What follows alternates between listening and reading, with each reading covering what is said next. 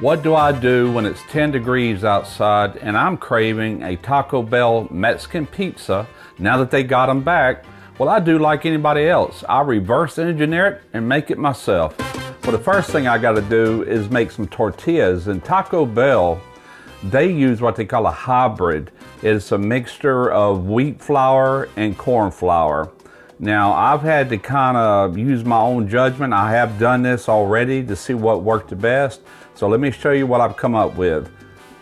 I've got all-purpose flour. This is all-purpose flour, a little bit higher gluten structure because that's what I want in this tortilla, is a little bit more structure to where it doesn't crumble as bad. Now, I will have all the exact measurements and recipes in the description for everything I'm doing. Okay, that is 70% of the total weight that I need. This is the other 30% for a total of 100% flour. That's 30% corn flour. And this is what I'm using. I'm sure you've seen that in your supermarkets. Into that, I've got some avocado oil. Pouring that in. And in this container, I've got salt. I'm using sea salt, and I've also got my baking powder mixed in one container. Going in. So I'm using warm water. This is bottled water. I'm using exactly 50% hydration. Just gonna take a wood spoon and mix all this in really good. It's gonna be real dry, as you can see right here. Just keep mixing. It's gonna take a little while, 3 or 4 or 5 minutes, but all of this will hydrate. And from this shaggy dough you see right now, I will be forming this into a dough ball. Just a rough looking dough ball there. We're just gonna cover this with some wet paper towels. That's warm water. We're gonna let that sit roughly 45 minutes. Meantime, we're gonna put the meat sauce together. Before I do this Taco Bell meat sauce clone, I'm going to tell you real quick, and I'm doing this because of comments I got on that recent pita video. Well, a lot of people say, well, why are you using grams, you know, if you're American?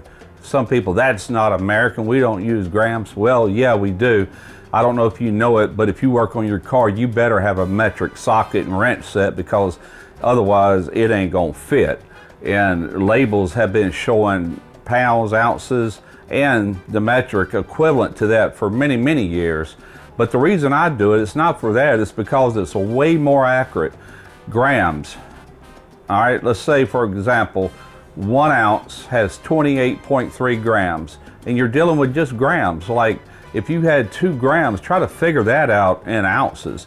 You're gonna be way down the scale with fractions, and now you're having to deal with fractions. So it's simple, it's easier, and it just makes sense. And if you want recipes to turn out the same every time, very consistent from one time to the next, then go with grams. Now, with all that said, I will be using tablespoons and teaspoons where I think it really don't matter. So grams is the way to go. I hope you wrapped your head around that for the ones that did comment, and for the rest of you that didn't know, now you do. All right, let's get this meat sauce going. So I'm starting off with 100% beef. This is an 80-20 blend. I have done the math on everything that I think is going to be a close replica to what they do. Now, if you go to their website, they have to list the ingredients, but some are just listed as spices.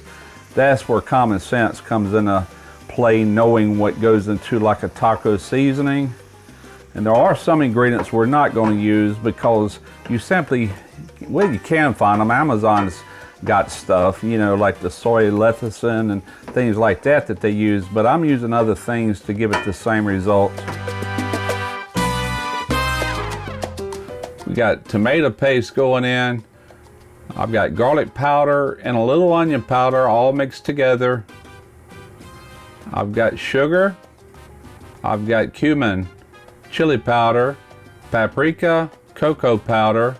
I've got oat flour, salt. I've got a little bit of MSG. Let's give all this a good stir. Now we're going to add in some black pepper and now some water. You have to play the water by ear. You just want it kind of soupy. You don't want it real dry. We can always cook it to evaporate it out if it gets too wet. they don't use the MSG, they use something that does the same thing, just enhances flavor. They also use citric acid. I don't have citric acid, so I'm using lemon juice, which is citric acid. What they use is a powder form. Go in with our meat mixture.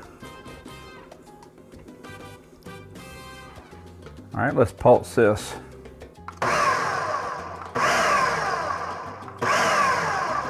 A little bit more water.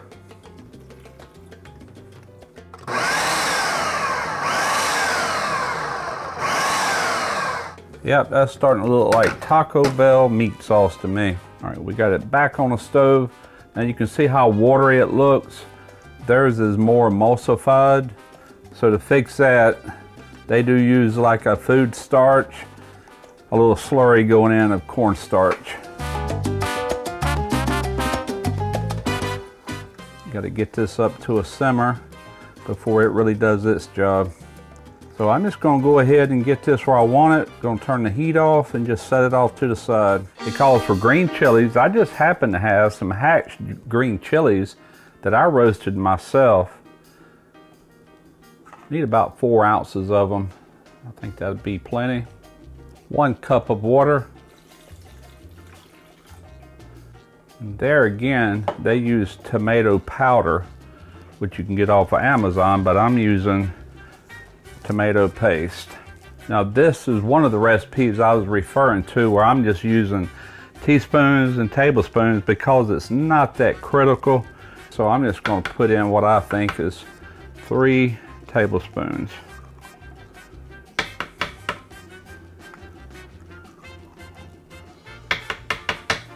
Got 1/4 teaspoon of onion powder, 1/4 teaspoon garlic powder, 1/2 teaspoon of cumin, 1 teaspoon of chili powder, 1/2 teaspoon of salt, 1/4 paprika, 1/4 teaspoon of sugar,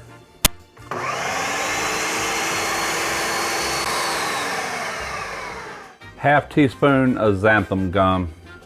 Now I've got to be very fast. I'm going to try to get it just on the blade because that stuff will try to gum up the second it hits it unless it's spinning.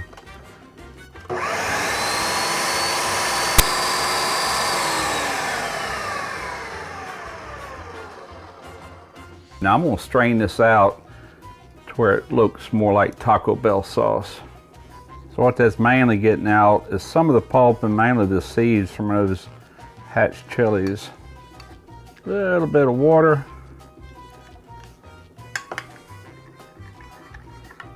The good thing about xanthan gum compared to other emulsifiers is it will not get any thicker once it cools off because this is cold and it's as thick as it's ever going to be, and to me it's just a little too thick. Now a squeeze of lemon for some citric acid. I'm making 50-gram dough balls. That should give us the right size little tortillas we need. A Mexican pizza is not much bigger than the palm of your hand. So I'm gonna just lay these across here and put a wet paper towel on them and let them rest about 20 minutes. All right, let's check our temperature here. Yeah, we're gonna bring this up to about 365. We ain't there yet. For anyone needing a really good thermometer, 2 of my favorite instant read thermometers are listed on the ThermoPro website. I have my own page now. I'll have a link in the description for this one and also my TP620 ThermoPro. You'll get exclusive discounts by using that link.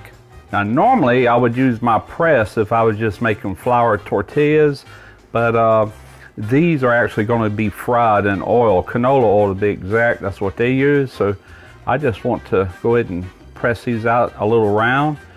We're just going to take a rolling pin. Now, I do have a tortilla press as well, but I figured only for these I would just roll them out.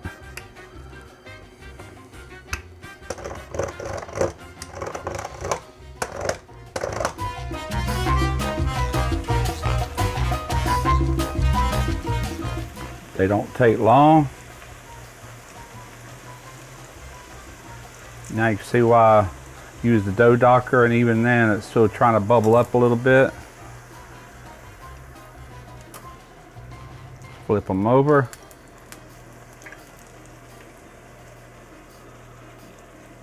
So I'm gonna get all 4 of these done. We're getting ready to put a pizza together. All right, here we go. Let's build this pizza. Now Taco Bell uses certain instruments that has the right amount of what you need. Hey, I don't have that, so we're just gonna go on with some of these refried beans. They call theirs a chunky refried. I'm not using Taco Bell brand. I was going to, couldn't find them. Guess they're sold out. And I think they use about 1.5 ounces of their meat sauce. We're just gonna spread that out all the way across. They put their second shell on. Take a little of the sauce. They spread that from one end to the other, or they're supposed to. Now they use a 3 cheese blend of mozzarella, Monterey Jack, and mild cheddar. I'm using mild cheddar and pepper jack. And they put tomatoes on it. Just about like that. Let's scoot this one over. Let's go ahead and build the other one. What they do from here is the way they melt their cheese, not just on these, but everything that requires cheese. They have these blast steamers that they push these into, and they run 7 seconds and it melts that cheese. I don't have a blast steamer, but what I do have is an Anova precision oven that has steaming capabilities. I have it all the way up to 482. That's the max temperature, 100% steam. I'm fixing to fog up my glasses. Here we go. Pop these in.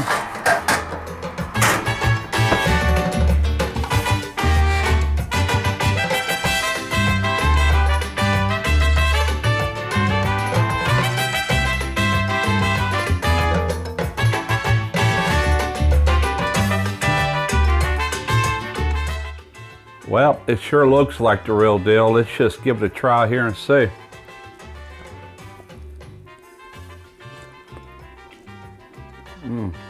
That is a really close replica. I mean, I really can't tell the difference. Same texture.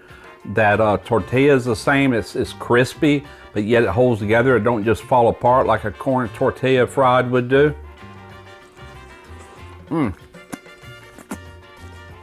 Yo quiero Taco Bell.